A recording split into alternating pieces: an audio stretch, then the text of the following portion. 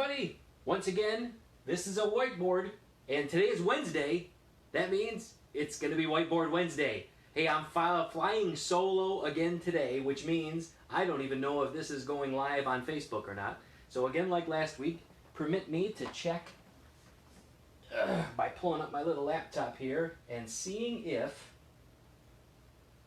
I'm actually on or not. I know this is always an awkward moment of our Whiteboard Wednesdays, but it's me confirming this makes the difference of me just rambling alone to myself in a room and making sure you guys can watch. Okay, I can see myself here.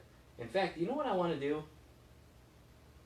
I know there's better ways to do this, and every once in a while I'll get a comment from someone saying, hey, you're doing this all wrong. I understand. I don't pretend to be an expert. Okay, looks like I'm on, and we got a couple visitors already. Great to see you guys. Feel free to ask your questions and comment as we go along. Today is the first day of July, and July is the month I like to take as I'm preaching sermons in the church.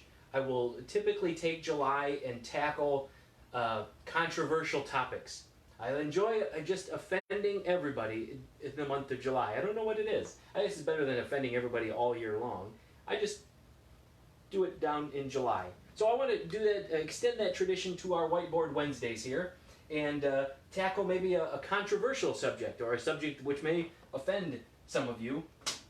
And I want to answer the question. We were talking, I erased part of it, but talking the last week about all the different denominations, and I kind of gave a caricature of what some of the different denominations believe. But there are some groups, and I was pretty generous, I felt, in saying that, you know, we all have different beliefs, but we're basically all, you know, we're all just trying to follow Jesus. Now, you remember me saying after Jesus ascended into heaven, the Holy Spirit descended, the church, over the next few, let's say over maybe a couple hundred years, they hammered out these creeds, which was the basic statement of what all Christians believe. Now, there are some groups that do not hold to these creeds. Every group that I talked about last week would believe these creeds, but some groups don't. Some groups want to go their own separate way, and I want to talk about one of the biggest groups of these, the Mormons.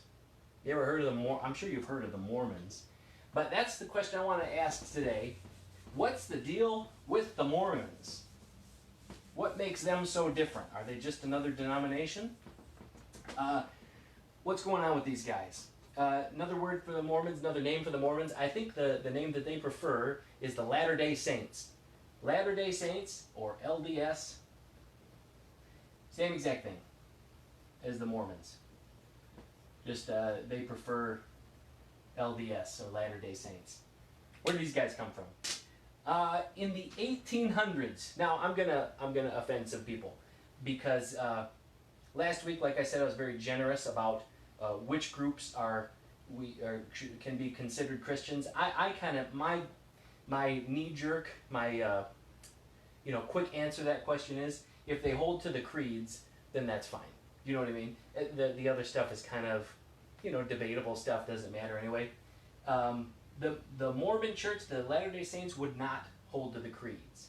And there's a couple differences that they have in there. So here's a group that I would say, and I'm just a guy, it doesn't really matter what I say anyway, but here's a group that's outside the bounds. I think we can no longer consider this as a Christian group.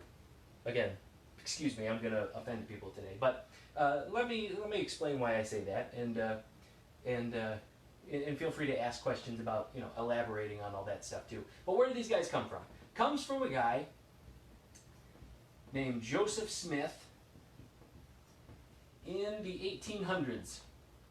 He was born sometime in the 1800s, early 1800s. I'm just going to put 1800s. He lived in New York, the state, New York State. Now, let me draw a picture of America, because we're going to, for us to understand where they come from and how they got here. It's kind of fun American history. They're kind of tied up with American history. Forgive this horrible. I'll do my best here.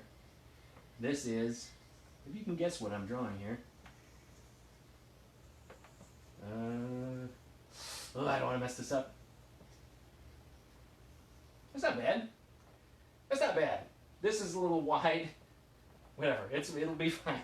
This will be fine. Now, New York somewhere. Well, I don't know. This is not the scale, but let's say it's right here. Let's say New York is somewhere in here. Okay. Joseph Smith was a kid growing up in New York, and he was. Well, I'm fast forwarding here, but he was known as a treasure hunter. So he's a guy in the 1800s that's looking for treasure. And in fact, he gets in trouble, this kid Joseph Smith, and he's a little bit older here, let's say, but this guy Joseph Smith gets himself in trouble because he is saying for a price, he will take his little divining rod, and a divining rod, I don't know if you ever saw these things, they're these little, it's like a piece of wood that's forked, you know, and you hold it, and it kind of tell you where the treasure is. He was known for doing this and, you know, going on people's property if he finds any gold. You know, he was just hunting for treasure. And he was taken to court a couple times. You may feel like, I'm just saying history right now. Hopefully this is not controversial. You can look up and see his court records and all that stuff now. I think maybe some of the Mormons are a little bit embarrassed about this part of his history, but nonetheless, it's all documented. He was taken to court a couple times for swindling people and all sorts of things. But at one point, this guy, Joseph Smith, says, an angel visits him. Give me just a second. I want to see if there's any questions at this point. Oh, hey, everybody. Good to see Rick and Carol, Diane. Good to see everybody and everybody else that's watching. At one point, Joseph Smith says, an angel comes to him. The Angel Moroni. Kind of a weird name. Moroni. Where they get the name Mormon from. Moroni. The Angel Moroni, Joseph Smith says, comes to him and tells him where this great treasure lies, which is good news for Joseph Smith. He loves searching for treasure. And the Angel Moroni, Joseph Smith says, takes him to a little hill in New York. I don't know where exactly in New York. The hill Cumorah. And Joseph Smith digs up these golden plates. And these golden plates, not plates like dinner plates, but like a book of gold, and like the pages are made of gold. This is what he says. And this is the Book of Mormon, what we have, will come to be known as the Book of Mormon. Joseph Smith translates this golden book, and it turns out, Joseph Smith says, that it is the secret history, or the forgotten history, of what happened in America before anybody got here. And what Joseph Smith says, or what the Book of Mormon says, and if you want to read the Book of Mormon, you can read all about this. The Book of Mormon says, 2 of the Israelite tribes from the Old Testament came from Israel, if you know where Israel is, on the other side of the Atlantic Ocean. They came over long before Columbus, long before the Vikings, long before anybody. They managed to sail over across the ocean, and I don't know where, I don't think any Mormon knows where, but they landed in America, and there were 2 tribes here. They became 2 tribes in America, and it's all this kind of, maybe I could say, fascinating history. It's all make-believe, but the Mormons will say this is history. 2 tribes, the Nephites and the Lamanites, come here. And you can picture the Lamanites are the bad guys, and the Nephites are the good guys, broadly speaking.